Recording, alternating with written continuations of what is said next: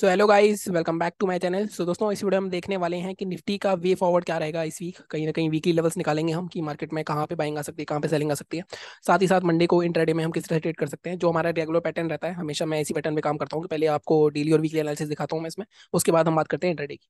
सबसे पहले अगर आपको याद हो, लास्ट टू लास्ट वीक मैंने आपको एक जोन बताया था कि मार्केट 18,900 तक आ सकता है, और मार्केट ने 3 दिन में ही वो लेवल पूरा कर दिया है। तो जिन लोगों ने पोजीशन बनाई होगी, काफी अच्छा पैसा कमाया होगा। अब आगे क्या हो सकता है मार्केट में, ये थोड़ा सा कंफ्यूजिंग हो रहा है लोगों के लिए, क्योंकि मार्केट में लगातार गैप अप होते जा रहे हैं। अगर आप देखोगे, मंडे को भी एक लगातार गैप अप होने वाला है, तीसरा दिन ऐसी उम्मीद की जा रही है। हालांकि मंडे को मॉर्निंग में सेंटीमेंट चेंज हो सकते हैं, लेकिन 19,500, अगर आपको याद हो लास्ट वीक मैंने एक वीडियो बनाया था कि मार्केट में 19,500 आ सकता है क्या, तो 19,500 ही आता हो दिख रहा है। उसके दो तीन रीजन थे। एक तो आपको पता है, मैंने आपको बोला था कि कहीं ना कहीं मार्केट में, अगर आप ध्यान से देखो तो एक ट्रेंड लाइन भी है। अगर आप यहाँ पे ट्रेंड लाइन बनाओगे तो मार्केट में इस तरह की ट्रेंड लाइन आ रही है जिसका रीटेस्ट पेंडिंग। मैं हमेशा बोलता हूँ कि मार्केट में रीटेस्ट लेवल्स की ना बहुत इंपॉर्टेंस होती है। अगर आप देखो रीटेस्ट यहाँ पे भी, ये हमारा प्रीवियस ऑल टाइम हाई का रीटेस्ट पेंडिंग था, तो मार्केट ने बहुत कोशिश करी ऊपर जाने की, लेकिन फाइनली इसको रीटेस्ट करने आया है मार्केट में।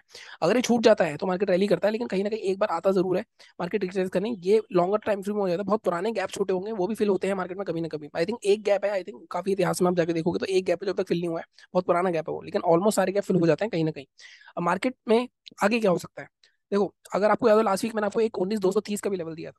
और दो तीन दिनों से अगर आप मैंने वीडियो देख रहे हो तो मैं एक बात कर रहा हूँ मार्केट में कि मार्केट में जिस तरह का फॉल आया है, या तो मार्केट से यहाँ पे एन बनेगा, या फिर मार्केट में यहाँ से एक डब्लू बन जाएगा। डब्लू बनता हुआ दिख रहा है अभी कहीं ना कहीं, लेकिन ट्रैप हो सकता है, क्योंकि मार्केट में ट्रैप के बिना कुछ भी नहीं है जब से 5 दिन की एक्सपायरी हुई है। अब आगे क्या हो सकता है, सबसे पहले मार्केट में कोई जो ये क्लोजिंग हुई है 19,230 के आसपास, अगर आप ध्यान से देखो ये एक सपोर्ट हुआ करता था मार्केट का। ठीक है, बहुत दिनों से मार्केट ने होल्ड करा इसको, यहाँ पे भी होल्ड करा, लेकिन फाइनली ब्रेक हो गया, अच्छा खासा फॉल आया 400-500 पॉइंट का। मार्केट अब इसके बाद दोबारा इस जोन पे आया। मार्केट ने फिर से सेलर्स ने एंट्री करी, लेकिन इस बार सेलर्स को यहाँ पे हार गए और दोबारा बायर आए हैं।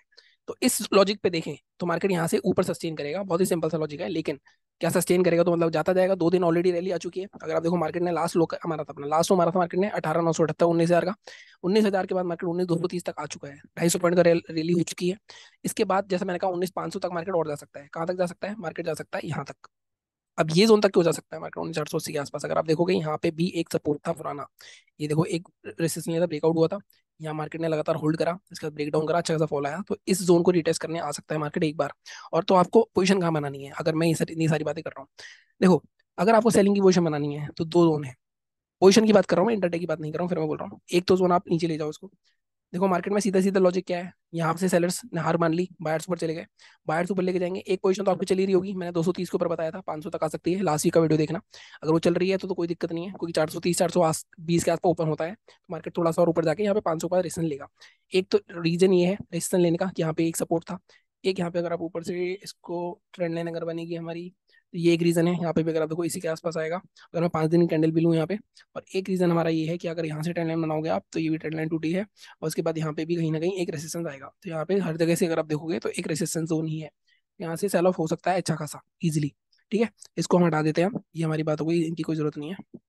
इसको हटाते हैं, इसको हटाते हैं। तो इसलिए मार्केट में अब क्या होगा ना, जब गैप अप दिखेगा मार्केट को, फिर से लोग बाइंग करने जाएंगे। तो हमें थोड़ा स्मार्ट चलना है, हम यहाँ पे सेलिंग के लिए जाएंगे, बाइंग के लिए नहीं जाएंगे। ठीक है, वो इंटरडे में बात करेंगे।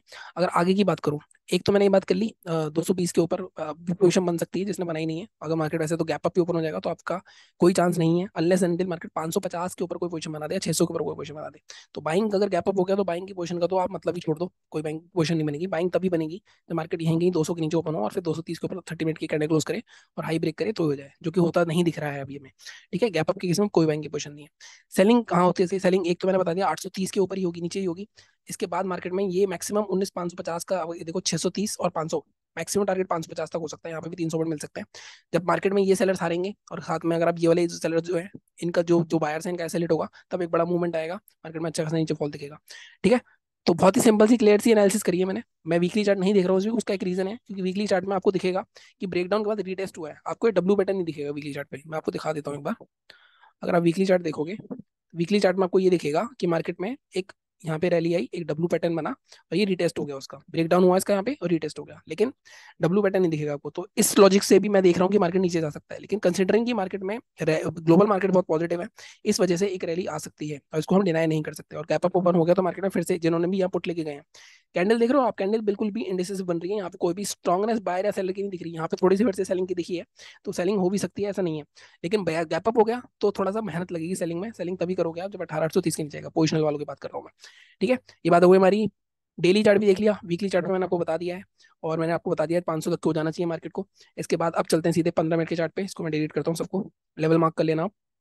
15 मिनट के चार्ट पर अगर हम देखें तो 15 मिनट के चार्ट पे हमारे इंटरडे के क्या लेवल्स रहेंगे। अगर आप देखो पीछे के दो गैप्स मार्केट छोड़ता आ रहा है, साथ ही मार्केट में जो स्ट्रॉन्ग सेल ऑफ आया था, अगर आप देखो ये वाला जो जोन था ना, यहाँ पे जो कैंडल थी, जितनी बड़ी कैंडल होती है स्ट्रॉन्ग सेल ऑफ होती है, ये स्ट्रॉन्ग सेल ऑफ यहाँ पे हुआ, मार्केट इसके ऊपर ही पूरा सस्टेन करता रहा, तो ये भी एक रीजन है मार्केट कहीं ना कहीं ऊपर जा सकता है। लेकिन लास्ट में अगर आप देखोगे इन कैंडल्स को, साथ में नीचे वॉल्यूम्स को देखो, तो कहीं ना कहीं मार्केट में सेलर्स थोड़े आने की कोशिश करी है।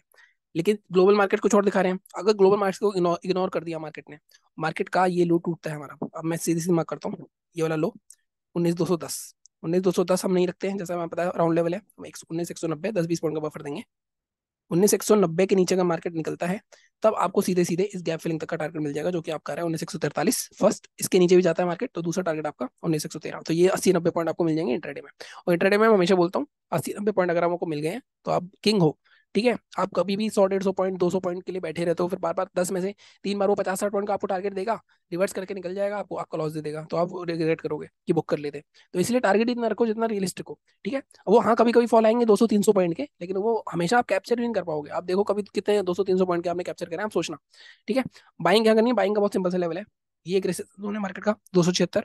अब इसके ऊपर ना बाइंग कर सकते हैं हम 276 के ऊपर। टारगेट आपकी क्या रहेंगे, टारगेट फर्स्ट 332, ठीक है, क्योंकि 332 एक नया जोन है, और 340 का जोन, 332 से 340 का जोन, 370 रख लेता हूँ मैं टारगेट। ये भी एक बहुत स्ट्रॉन्ग सपोर्ट रेसिस्टेंस जोन रहा है मार्केट में पीछे। ठीक है, ये लेवल्स मैंने अगर आपको दिखाया नहीं, एक बार मैं दिखा देता हूँ डेली चार्ट पे एक बार, और मैं इसको हटाता हूँ। और अब यहाँ पे देखो ये वाला जोन है ना, इस जोन को देखो, ये जोन मार्केट का 320 330, ये भी बहुत एक रेसिस्टेंस जोन है, क्योंकि मार्केट बहुत दिन रुका है यहाँ पे। तो ये 330 से 250 का जोन, ये बहुत स्ट्रॉन्ग रेसिस्टेंस का जोन है। अगर मैं इसको हटा दूँ तो आपको सीधे सीधे, अगर मैं यहाँ पे 15 मिनट के चार्ट पे चलता हूँ, तो बाइंग आपको 276 के ऊपर करनी है, 332 370 मैक्सिमम टारगेट पर, 332 के आस 50 पॉइंट के आसपास बुक जरूर कर लेना प्रॉफिट। ठीक है, तो ये हमारी हुई आज की एनालिसिस। वीडियोस थोड़े से मैं मतलब छोटे हो रहे हैं, और थोड़ा सा एडिट वगैरह नहीं हो रहा है, थोड़ा सा बिजी हूँ। कल बैंक निफ्टी का वीडियो डाल दूंगा मैं, लेकिन जैसे जैसे धीरे धीरे ट्रैक पे ले आऊंगा मैं चैनल को, मुझे पता चला कि व्यूज भी कम हो गए हैं, तो लाइक करो, शेयर करो, सब्सक्राइब करो, जितना ज़्यादा हो सके शेयर करो। Thank you so much.